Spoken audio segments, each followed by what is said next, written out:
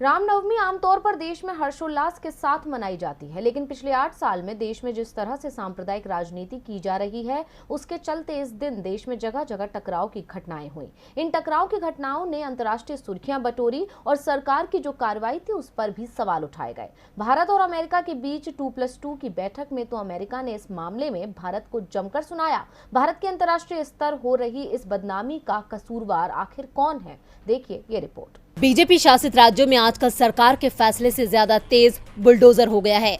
मंत्री का बयान आता है, उससे पहले बुलडोजर पहुंच जाता है। मध्य प्रदेश के खरगोन में 2 समुदायों के बीच टकराव हुआ। सरकार बीजेपी की है।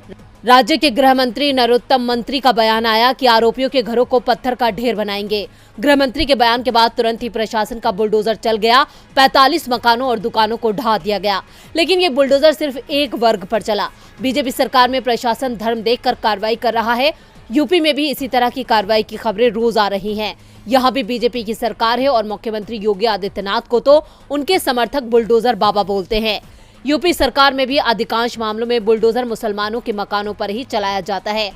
मुसलमानों पर हो रही इस कार्रवाई को लेकर AIMIM चीफ असदुद्दीन ओवैसी ने बीजेपी सरकार पर तंज कसते हुए कहा, आज आपकी सरकार है लेकिन हमेशा नहीं रहेगी। पहले किसी और की सरकार थी, आगे भी किसी और की होगी। तो दूसरी ओर अमेरिका ने भी इस तरह की घटनाओं पर चिंता जताई है।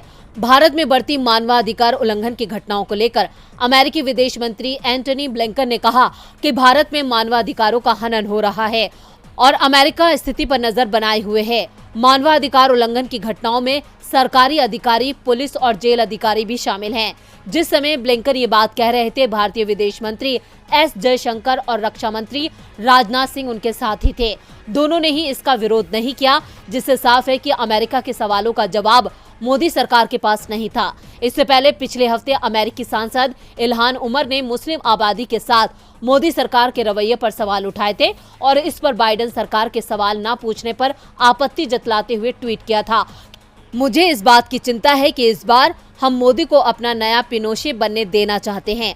अमेरिकी सांसद ने पीएम मोदी की तुलना चिली के तानाशाह पिनोशे से की थी, जिसके शासनकाल में जनता के साथ क्रूर व्यवहार किया गया था। बीजेपी सांसद सुब्रमण्यम स्वामी ने इस पर नाराजगी जताते हुए ट्वीट किया था कि मोदी को नया पिनोशे करार देने के बाद आलोचनाओं पर हंसे अमेरिकी सांसद, कितना भयानक अपमान है।